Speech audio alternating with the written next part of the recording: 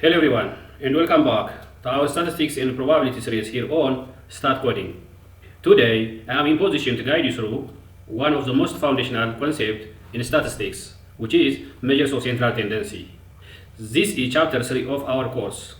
In this video, we will define what measures of central tendency is, what's the objective of studying measures of central tendency, what are the characteristics of good average, and we will see some common mathematical notations that may help us in statistical computing.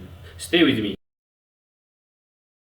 Let's get started by the introduction of the chapter. Let's begin with simple question. When you look at a group of numbers, say exam scores or monthly income of employees, how do you summarize them with just one value?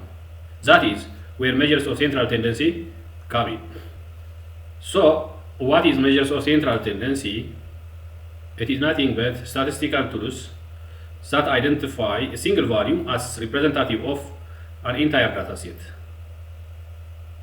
This is typically located around the center of the distribution and helps us understand the overall pattern. For example, in comparison of two groups of data set, we consider these single values, where these single values are the measures of central tendency. For example, consider wages of 10 workers from two firms.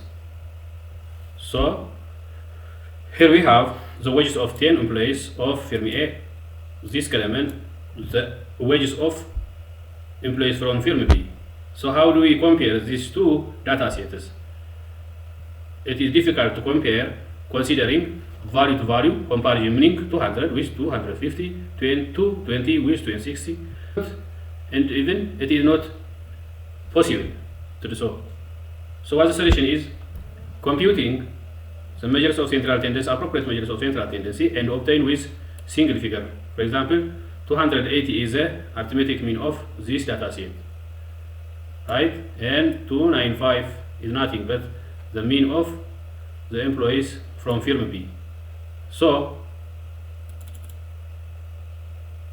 which firm earns more can be judged from these two figures. 295 is greater than 280 on average.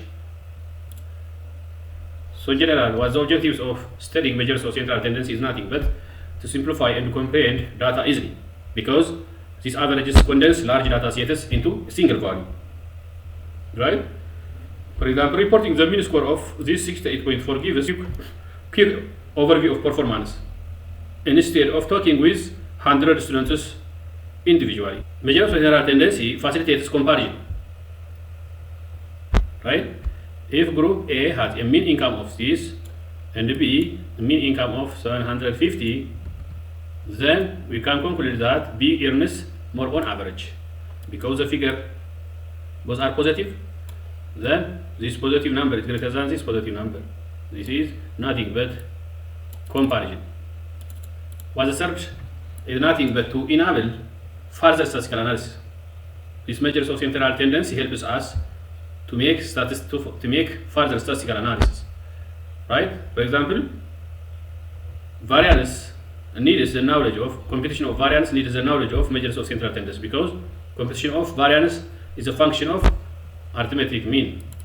The same is true in regression, hypothesis testing, ANOVA, and in construction of confidence intervals needs prior computation of measures of central tendency. The other thing that we need to discuss about here is summation notation. Summation notation is helpful in statistical computing. For example, having x variable under investigation whose observations is given by x1, x2, x3 up to xn, right? Where n is the total number of observations, where xi represents the i's observation. So, in statistical formulas, we often encounter expressions like this one. But making this expanded expression of summation tedious. To summarize this, we use shorthand summation notation, which is represented by the Greek letter sigma. So, this expanded form of summation can be given by this compact form. This is nothing but what we call summation notation. And we do have properties of summation. To explain this, we consider this K, A, B be constants, and let xi be the size observation in a data set of size n. X is by itself the variable under investigation. So we do have these properties of summation: constant multiple rule, distributive property, additive property. These are common properties of summation. What we can understand from the first property, constant summation, summing a constant k n times is nothing but we obtain the result n times k. It is nothing but adding a constant k repeatedly n times equals n times k. This is nothing but constant summation. But the second one is constant multiple rule. Constant multiple rule is given by this one: the sum of the product of constant with the i's observation of the variable under investigation gives us the sum of the observations of the variable times k. This is also true. Distributive property of summation property is nothing but this summation is given by this one. This distributive property is made or proved based on property 1 and property 2 above. Additive property, the sum of each sum of the variables is equal with the sum of the observations of each variables. Separate additive goes to single additive. The first subsection of the chapter is characteristics of a good average. A good average has number of properties. We will explain here the most common. So a good average should be rigidly defined, should be well defined. For example, the arithmetic mean of x, which is given by this one. This is based on arithmetic mean, right? So no matter who computes it, the result should remain constant. This is one indication that the average was rigidly defined. The second one, good average should be based on all observations. This is the second characteristics. Every data point should contribute to the calculation of average, right? Like this arithmetic mean computation. This arithmetic mean computation based on all observations that are given under this set, right? Ignoring any value would distort the result. The third one, good average minimally affected by extreme values, meaning that a good average should not be overly influenced by outliers, right? Consider this data set 10, 12, 14, 100. Now at a glance of sight, this 100 is relatively high when we compare these three observations. So you can consider it outlier or extreme value. So computing the measures of central tendency for this data set using arithmetic mean is biased because it is overly influenced by outlier. Arithmetic mean is an average method or one possible measure of central tendency, but it is subjected to be affected by extreme values. For example, the arithmetic mean of this data set is 34, but we don't have any that resembles this number in this set, right?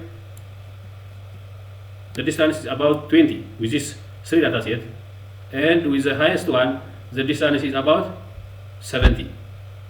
So it is difficult to say 34 is a representative average of this one, right?